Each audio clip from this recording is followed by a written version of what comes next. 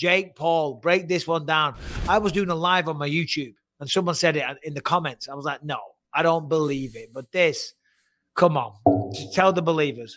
Okay, so the story, as far as Jake Paul tells it, is that his bout with Hassan Rahman Jr.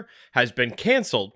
Essentially, they contracted, when they went into contract for the fight, they said it would take place at 200 pounds, right?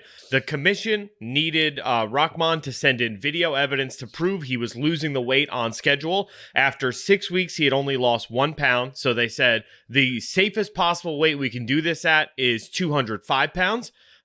Jake Paul agreed to that. Then, according to Jake, Rahman's team reached back out and said Rahman will not go below 215, at which point Jake Paul said, no mas, we're not doing this. This is silly. Yeah, that's I mean, I know Dana White came out and made a statement because he didn't make a statement. He was asked about it at the press. He was asked to make a statement. That's like he's fucking really involved in this. He couldn't care less make a statement. No, he was asked about it. And he said his guess is that they weren't selling many tickets. He said it cost $500,000 just to turn the lights on at Madison Square Garden. And they've decided to pull the plug. And that is a convenient way of doing so. Look, so what were they saying that Rahman was weighing in the video? 215? Yeah, I think it was, he initially weighed in at 218. He got down to 217. Well, that's easy. Look at what UFC fighters do every single weekend. You ever heard of cutting weight? I mean, he's trying to lose the weight to get down naturally to 200 pounds. He's 6'3". He's a big guy. Maybe that is a problem, but it's a professional boxing bout. The fight will not take place until the following evening, right? So that just... You can still say, right, okay, well, you got to make weight. If you don't make weight, the fight's off. That is, I'm sorry, that's an easy way out. I don't buy it at all. I really don't. What do you think? Well, I mean, look, if the guy is playing games like that, saying, yeah, we'll definitely make 205, we'll definitely make 200, we'll definitely make 205, and then coming back and saying, look, I'm not going past 215 when you're, a month out from the bout, that's a little bit fishy. Yep. No, you're right. Like, that seems like it wasn't taken in good faith. No, for sure. Listen, if you look at it with an open mind, it certainly seems that Rahman's been playing some games. His hands aren't clean here at all. They're not, because if you agree to a fight, you should not be asking for the weight class to be changed. Certainly, 2-3 weeks out from the fight? Something like that, yeah. Or a week even. Or whenever these conversations took place, you shouldn't be asking to change the fight. Certainly as a professional, which he supposedly is, he's got 15 professional wins, I believe. That is not how you conduct yourself as a professional fighter. And it pisses me off. So Rahman's probably to blame, but the fact that they canceled the entire event, he could have cut weight. He could have made weight. They could have put in some concessions. They could have said, if you don't make it, then, you're going to get fined 20, 30, 40% of your purse, whatever the case may be. I don't know what it is. I don't know, but a few people assumed this might happen down the line. I think it was Eddie Hearn. I think Eddie Hearn said he might do this. I think Eddie Hearn said, he'll pull out. No way he'll fight him. Anyway, there we go.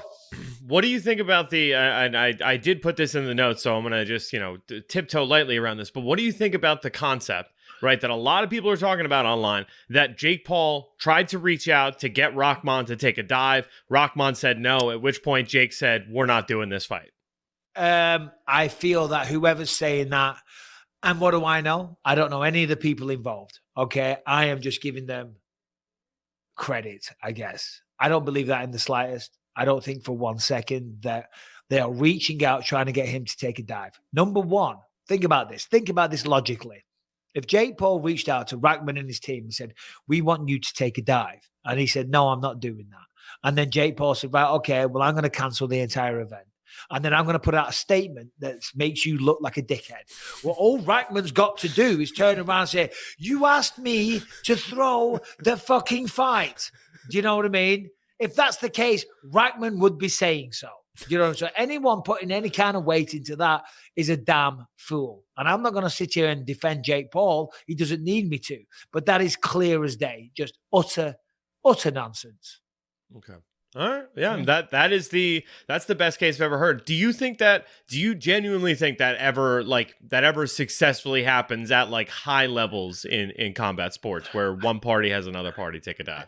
I don't. I know back in the day, whichever days they were, when the mob was involved with boxing, I know there was a lot of dirty business going on. People were throwing fights. Apparently so. I mean, I wasn't there, but I've seen enough movies and read enough about it online and stuff. But I don't think that still happens to this day. I really don't. Maybe I'm a fool. Maybe I'm a blind fool. Save your jokes. But I really don't. I certainly, in mixed martial arts, I don't think so. In professional boxing at a decent level, there's just too many people involved. You would hear something. Somebody would say something. It's hard to keep secrets like that. Certainly in this age of social media. Do you know what I mean? I really don't. Or maybe I'm naive. Maybe I believe in them too much, but yeah, I don't think so.